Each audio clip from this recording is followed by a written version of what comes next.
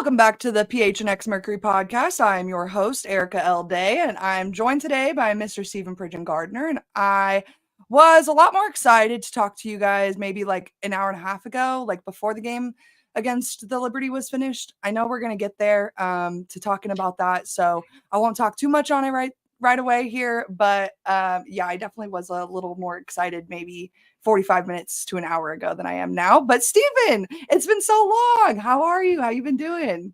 It's been almost exactly a week, actually, which is crazy to think about. But I'm blessed. We got a lot of W basketball going on.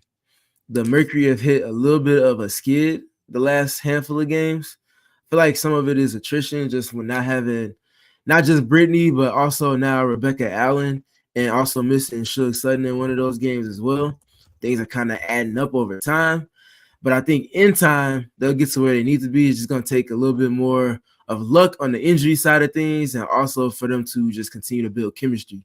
Nate's been hammering home. They're still in the beginning stage, getting their pieces to blend together, figuring out which puzzle pieces work best together, all of that fun stuff. So it's just a matter of time before they get back to clicking like they did early part of last week in that win over the Las Vegas Aces. So they'll get there in time, but it's just going to take a little bit more than maybe they even potentially expected to see with the injury of Brittany Griner to start the season.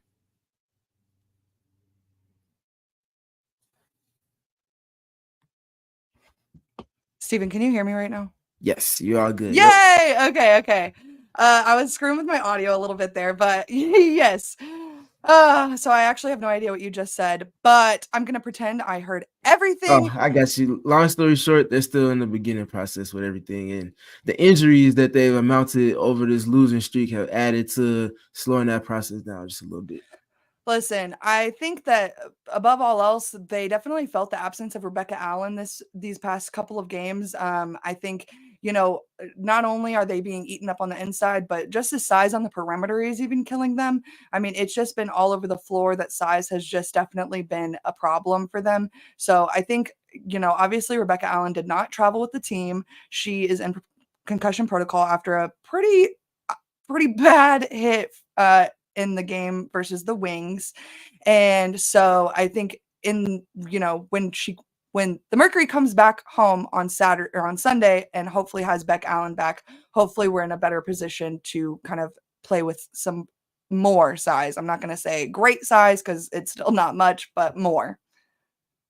Yeah, that's maybe one of the biggest things. And I think Morgan Birch has been decent in terms of seeing an uptick in minutes with Rebecca Allen being out of the rotation the last couple of games, but that just puts that much more of a strain that already existed with the absence of Brittany Griner on Natasha Mack, on Sophie Cunningham, on Morgan Birch, like we talked about, on Kiki. Like, it just makes things tougher on everybody that's getting minutes in that front court. And when you're already playing small, and then you have to downsize from small to halfway to micro with the absences that you do have, it just makes for tough sledding when you're going up against, of all teams, a team like the Wings that has all the size in the world against anybody in the W. Add to that going up against the Connecticut Sun and now the New York Liberty tonight. It just makes it tough in the front court, and they've actually did a decent job of kind of navigating the waters on the glass in tonight's game compared to the other two. But it's just still, again, it really feels like to me that they're playing solid, but it's just attrition adding up over the course of these games without the pieces that you really need to have that impact on the glass that you desire. Absolutely. I believe it was the game against the Wings that Diana Taurasi out-rebounded everyone else on the court, and that is a big problem. When Diana Taurasi is out-rebounding everyone else on the team, props to DT, but that should just not be the case almost any time with this Phoenix Mercury team. Yeah, and again, it just really speaks to the state of the roster, kind of where things are. They've certainly tapped into the gang rebounding adage that Nate Tibbetts has used over the course of preseason, training camp, and the regular season to start things. But again, it's just really hard to navigate those waters when you're already lacking size off your roster when everybody's healthy, and then you're missing the biggest, literally and figuratively, key cog in all of that.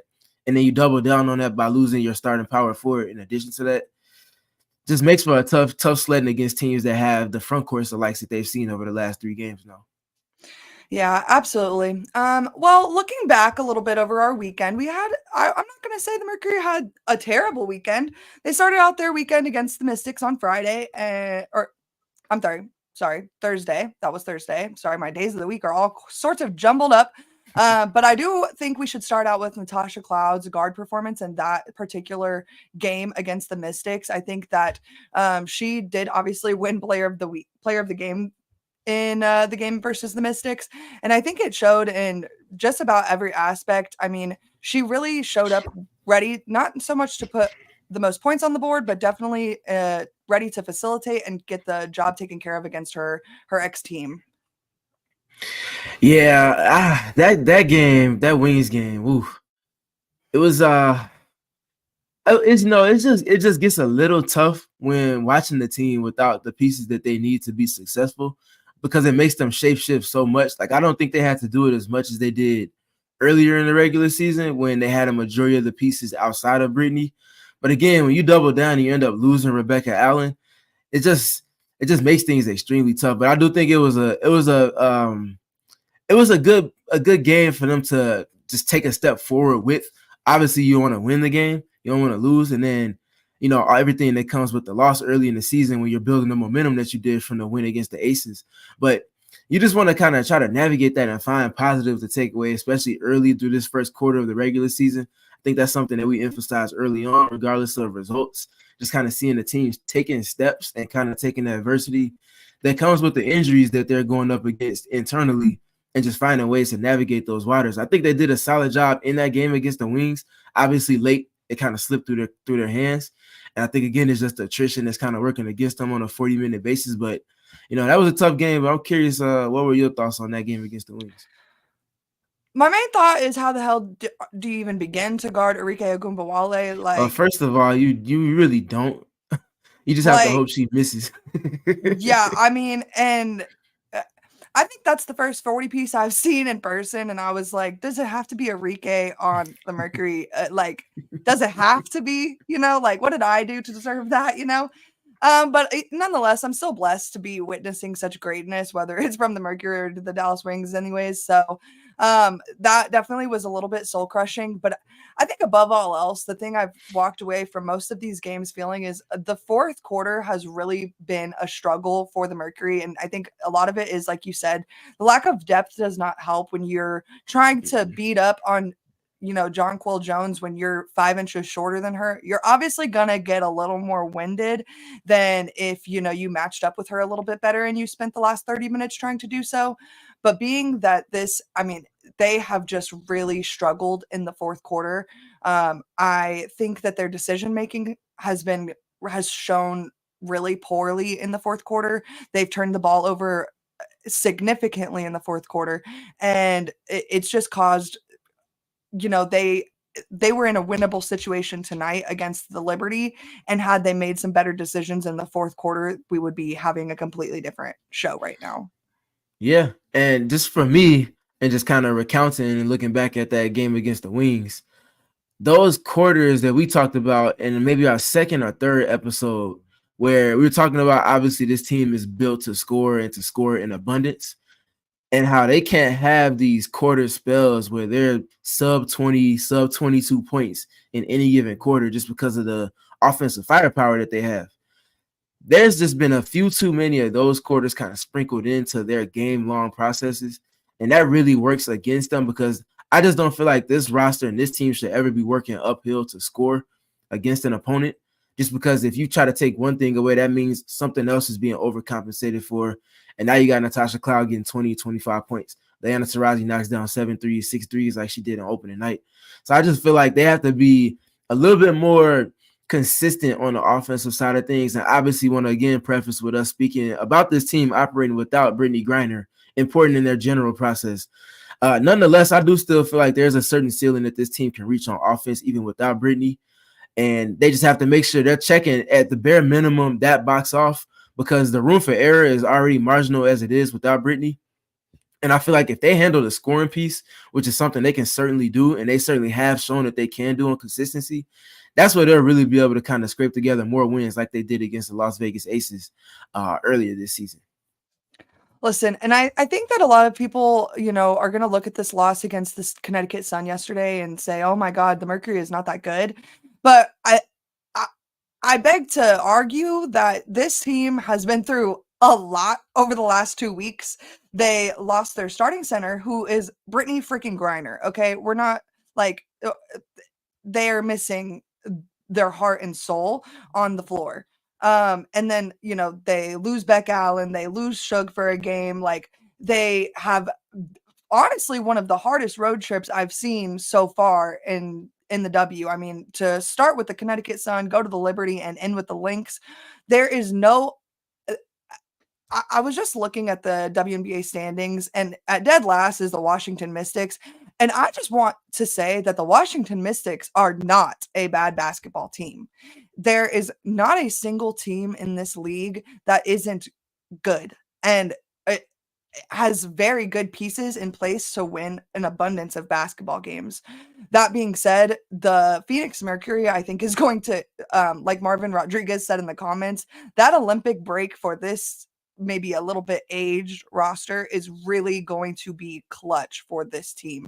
I think not only are you going to need a little bit of time to practice and get your groove with Brittany Griner back, but also, again, just the break, huge. Like, this team really, I mean, I know they're only 7 games in, but it's starting to feel like they could already use a little bit of a bye. Yeah, that Olympic break is something that you've alluded to since the first episode, and speaking particularly to it benefiting Diana Taurasi and giving her like a sort of late mid-season-ish break, and break in parentheses because she'll naturally be on the Olympic team. But I do think in addition to her, they're likely to have probably 2 other Team USA representatives, if not potentially 3 others in addition to Diana. So that break, just generally speaking, is something that's going to greatly benefit the Phoenix Mercury. I think it'll also allow Nate Tibbetts and his crew to rewatch a lot of the games and really start to hammer home whatever slippage they might have in the principles that they're trying to establish, and also game plan going forward, knowing what the situation is for them going into the playoffs, standings wise, figuring out, okay, who do we have the rest of the way, what worked against those teams, and let's really get a game plan together to win these games. I think all of that is going to just kind of add up and serve greatly for this team. And naturally, also by that time of the season, Brittany Griner should be well back within the rotation, should be well back into her typical rhythm in terms of game-to-game basis, having her touches, figuring out what her role within this new offense is going to be, also executing to the defensive schemes that Nate has in place. So I think that's going to be an interesting time to really start to gauge this team and have a good feel for where they are at that moment, where they could potentially end up at the end of the regular season, crossing that finish line into the playoffs. But I do think you made a great point with the Olympic break. But I also want to just note that back-to-backs are like fresh in the W, and them having a back-to-back with Connecticut and then traveling to New York to play the Liberty, again, without adding context, so you get the schedule as a template, you know what's coming ahead of time, well ahead of time. But now you add the context of now, without, like we both have talked about ad nauseum at this point, no Brittany Griner, no Rebecca Allen, going up against these particular front courts on this back-to-back. At least one of these 2 games was a scheduled loss, if not both of them, especially once you found out that Brittany Griner wasn't going to be playing. And, we're kind of just in this situation that we're seeing the team at right now, which is a little bit of a lull after a high at the early part of last week. I definitely think that it was really important after the loss to the Connecticut Sun yesterday that they did hit the reset button. I mean, you could tell when they hit the floor today, it was a fresh team. I obviously think Shug being available today kind of gave this team a little bit of a fire under their ass, like, hey, like, no excuses. Yes.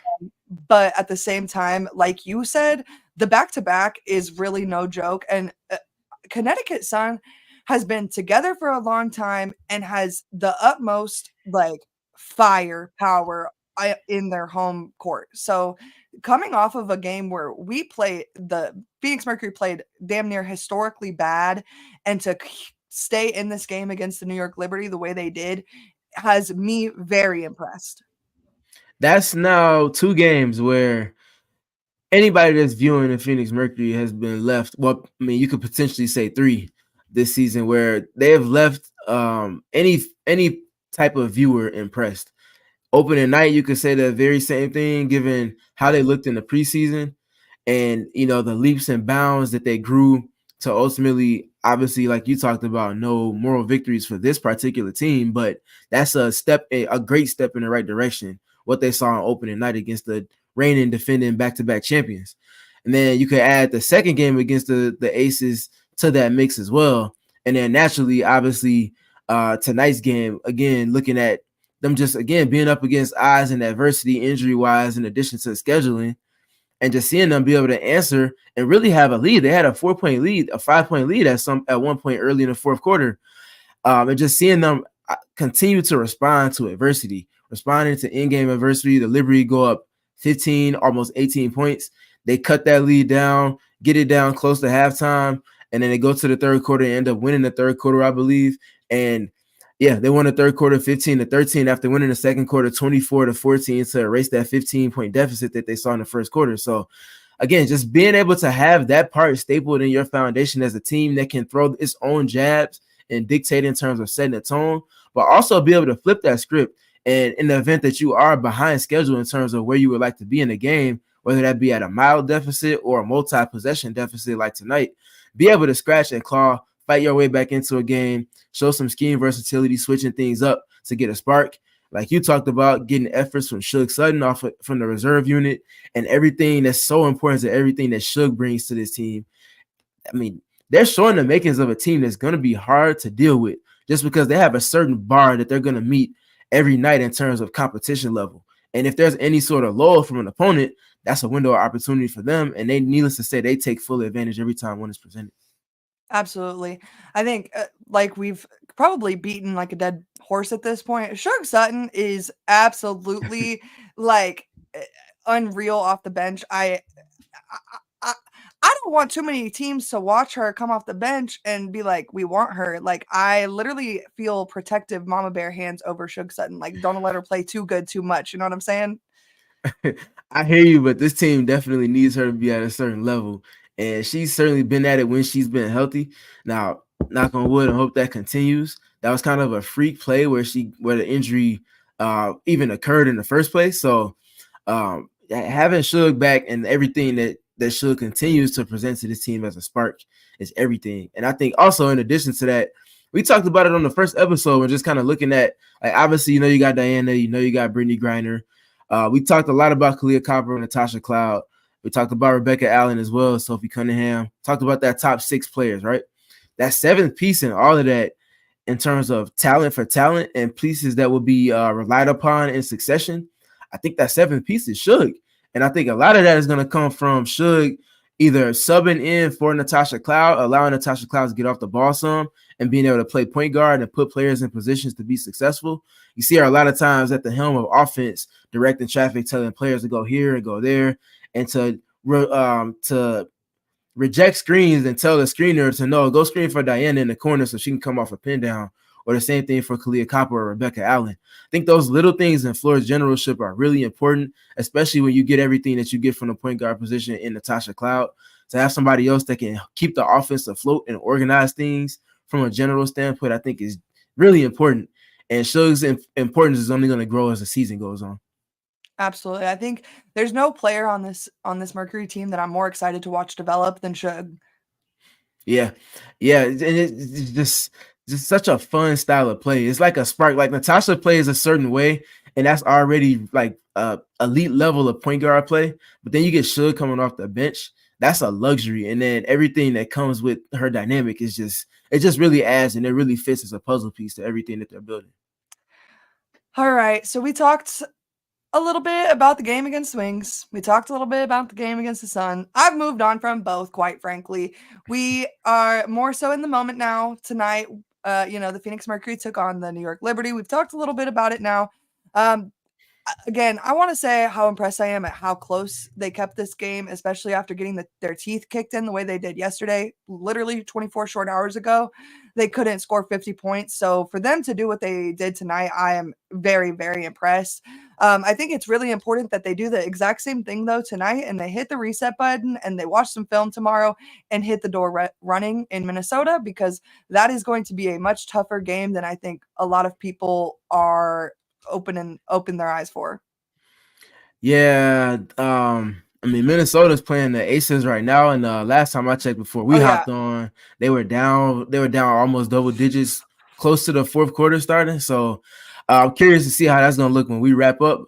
Nonetheless, the Minnesota Lynx have been arguably the second best team this season.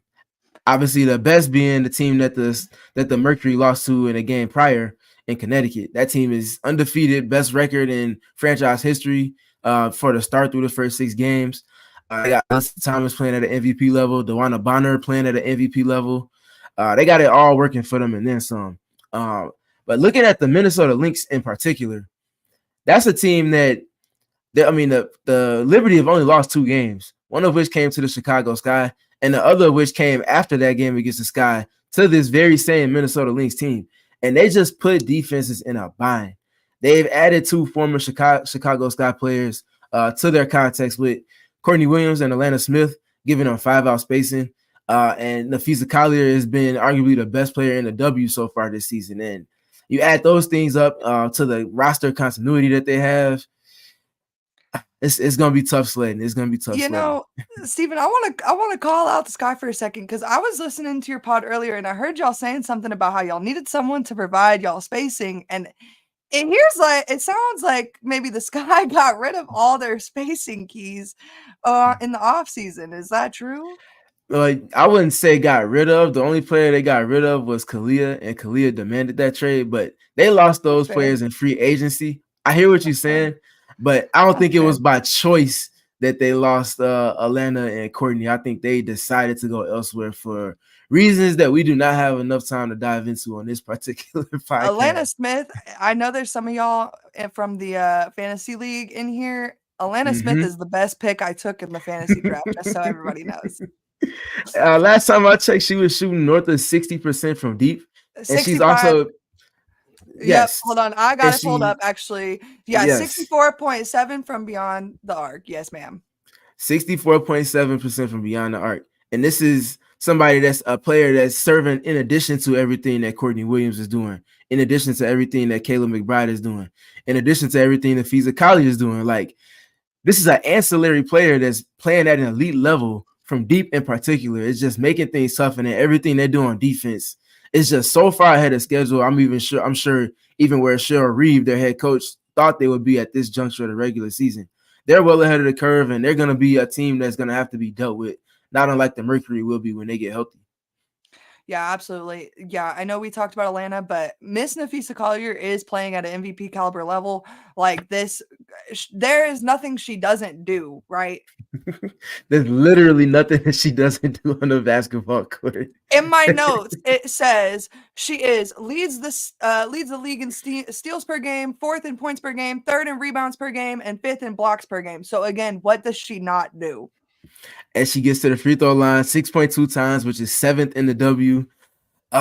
She's shooting 50% from 2, 33.3% from 3. Like, she does quite literally everything, like you said. And it doesn't just look like that on the stat sheet after games. It quite literally feels like that over the course of games. Like, she plays power forward, but you can certainly say she's a player that's positionless, because sometimes she plays the 5. Sometimes she plays the wing. Sometimes she initiates offense. Sometimes she's flowing off of screens like a shooting guard. Sometimes she's initiating pick and roll like a point guard. And she's able to make passes, play off of the attention she garners, and just generally be a true number 1 type of player for a team. And she's like, kudos to her, because fresh off of pregnancy coming into last season, obviously she had a build up, a ramp up period. To see, I mean, women are amazing. I'm gonna just go ahead and just preface it by saying that, and just seeing how quickly she's ascended back into her own form and potentially look even better if she sustains this over the course of the entire regular season and be a top 3 type of player in the league. Shout out to Nafisa. You gotta salute that woman, because she's doing big time things right now. And listen, I see Chantel in the chat talking about Miss Kayla McBride. No one is sleeping on Kayla McBride. I saw her did they play yesterday? She put the game away for the Lynx. I don't need to see that against the Mercury. Mhm. I've got plenty of respect for Kayla McBride. I assure y'all of that. Yeah, and that's exactly why I made sure to mention Kayla McBride and everything that they have going on, because she is a weapon. Again, somebody that can potentially tilt the scale heavily in their favor when you start to try to take away Courtney Williams and her pick and roll in the empty corner with Nafisa Collier, or if you start sending double teams at Nafisa in the post, you're going to double off of somebody, and one of those players is probably going to be Kayla McBride, who knocks down the threes with the best of them and has some of the best composure in the clutch. So they just put you in so many situations, like I talked about the Mercury will be able to when they get healthy, to where defense just can't be right. You double off of one person, now somebody's wide open for three. You got Courtney Williams pulling all the strings from the point guard position, following up her best career season and her best passing season in her career last season with the Sky. With a season that's looking like it's going to even take that another notch in the right direction for her. Like, this team is tough, and it's going to take the Mercury's best punch and then some, especially without Brittany Griner, to make this a competitive one. But again, like we talked about in the last segment, one thing this team does is they step up to adversity. They don't run away from it. And when they get an opportunity to potentially prove doubters wrong or just generally show themselves up against adversity again, they're up to task collectively. And they just find a way to make things close and give themselves a puncher's chance in the end, which is all you could ever ask for as an athlete. Absolutely. So, with all the information we have leading up to this game, I know neither of us have listened to the post game, so we don't know the status. Someone in the comments said something about Sophie being okay. I hope the same, but I don't think there's huge reason to worry, because I know that little hit she took was in the first half, and she seemed to play the second half in totality. So, I'm not super worried about that, but we'll keep you posted after the show on the PHNX Mercury Twitter account.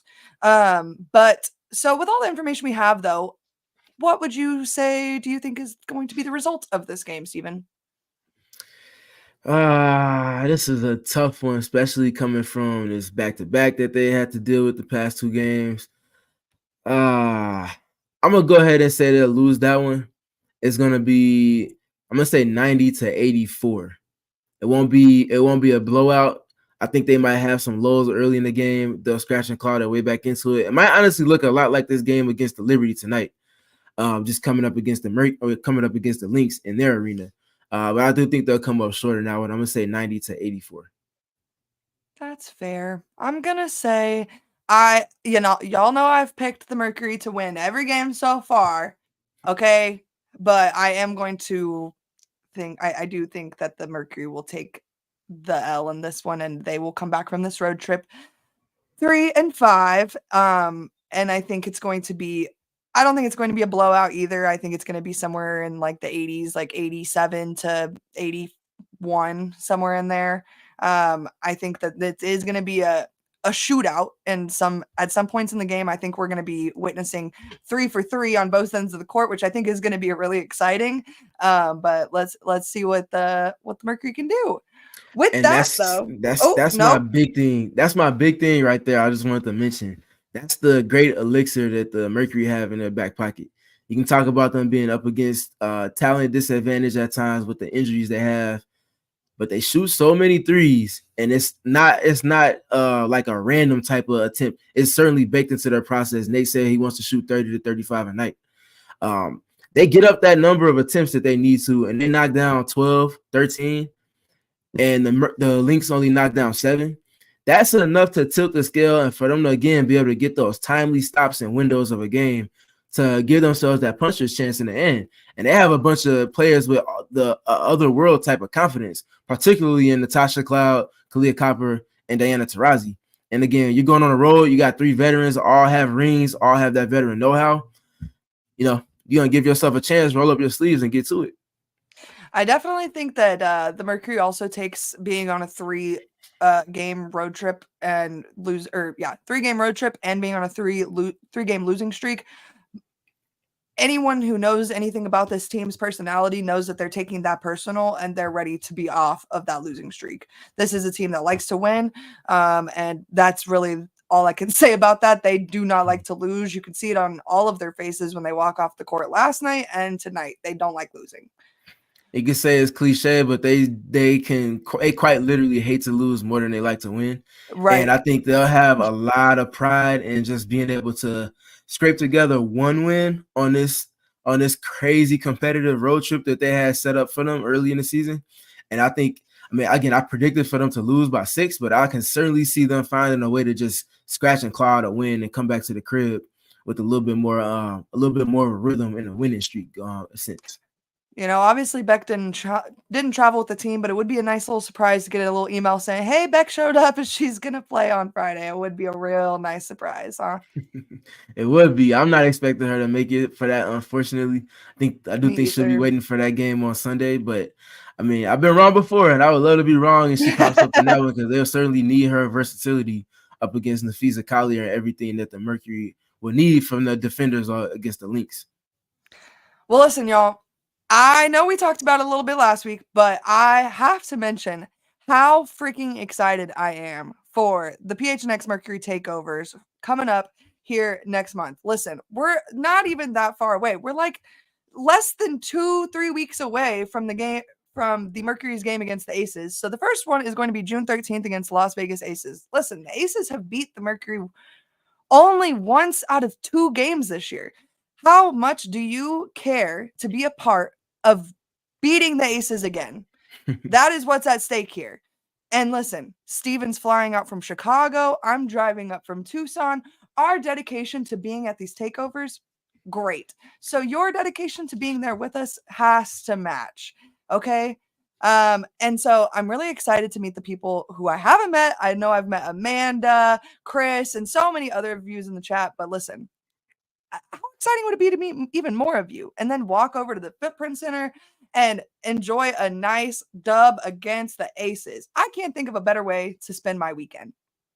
Yeah, I can't think of a better way to spend a night in Phoenix to watch basketball if it is basketball that you love, with seeing obviously the high level talents that the Mercury have, but also the high level talents that the Aces have.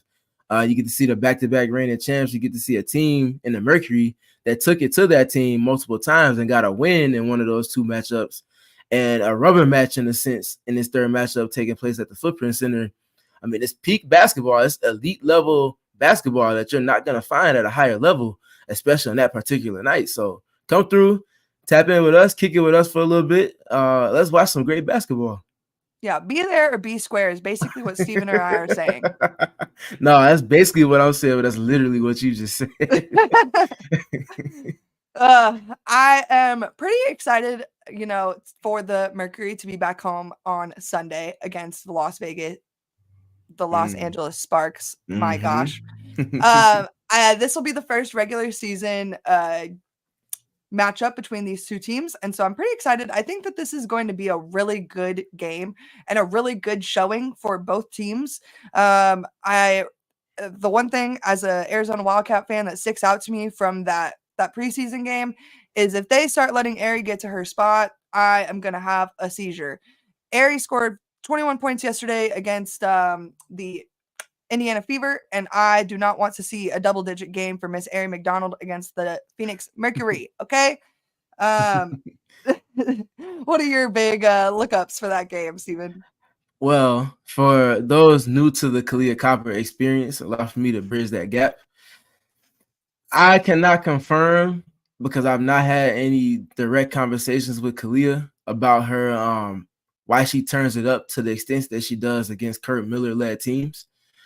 For historians of the W, every time that she's went up against the Connecticut Sun when he was coaching that team and she was with the Chicago Sky, she's typically showed out.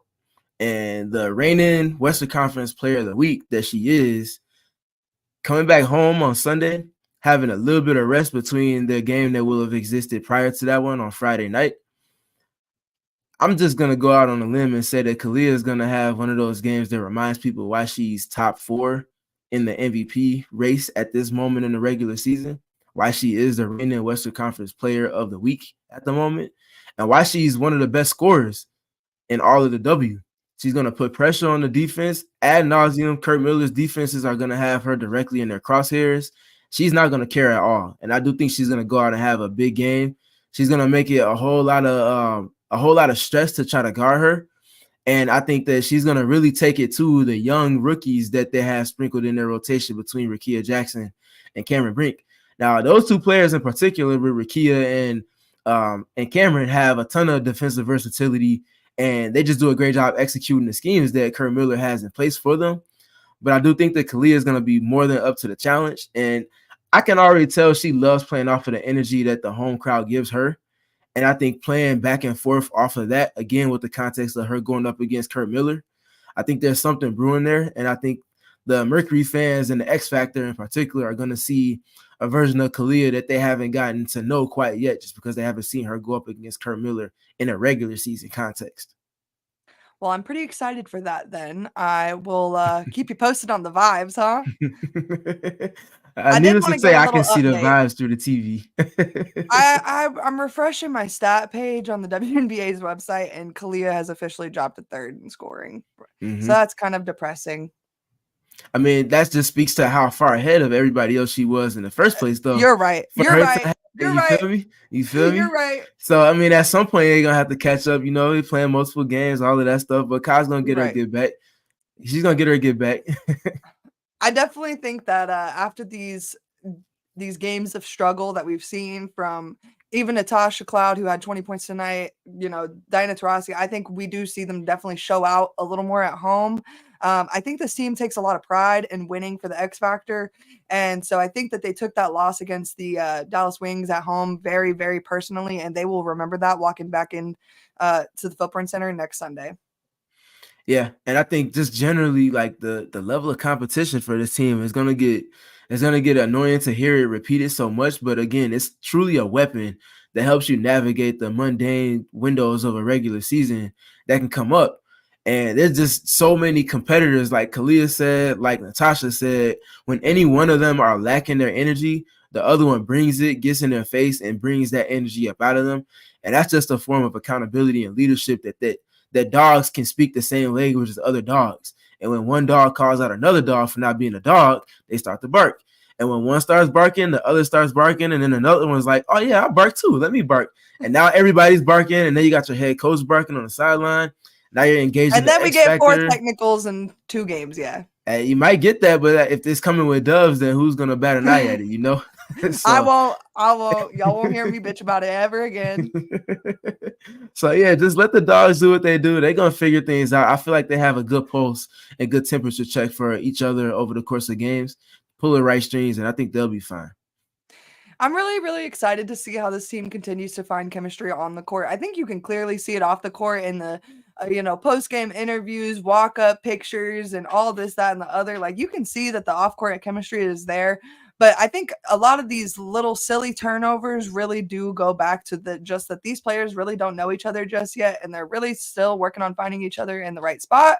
I think we're going to get to see we don't have an exact timeline for Brittany Griner's return, but I think as the time, goes further and further and we're deeper into the season, I think that you see, Nate Tibbetts kind of give that bench a little more playing time. I see a lot of the comments talking about Kiki and Birch.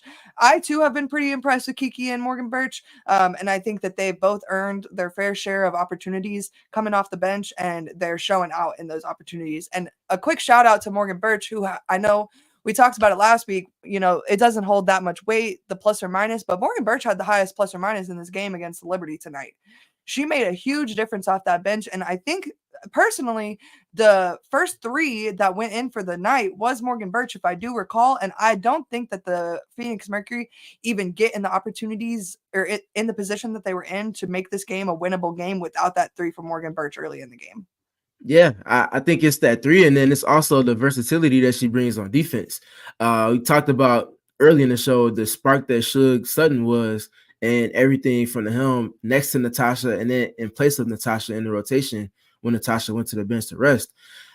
In tandem with that was also, like you mentioned, Morgan Birch coming into the game, and her first shift was one that was extremely impactful, along with Suge Sutton's.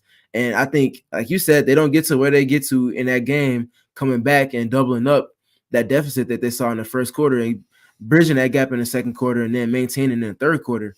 They don't get to that point without Morgan Birch and her efforts. And I think she's only been with the team for 12 days now, 10 days, 11 days, like something around there. It hasn't even been fully 2 weeks for her. Just to see her already being able to integrate herself into the rotation, start carving out a niche, and really being able to execute on consistency in that role for the team is important.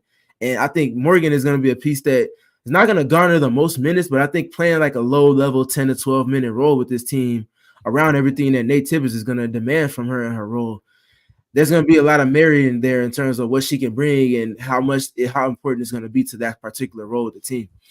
She's really good. She's really good in the ancillary role, and I think she couldn't be better insulated with talents around her on offense and defense for her to be her best self. Absolutely. I see a comment in the thread, and it's not letting me respond to it for some reason.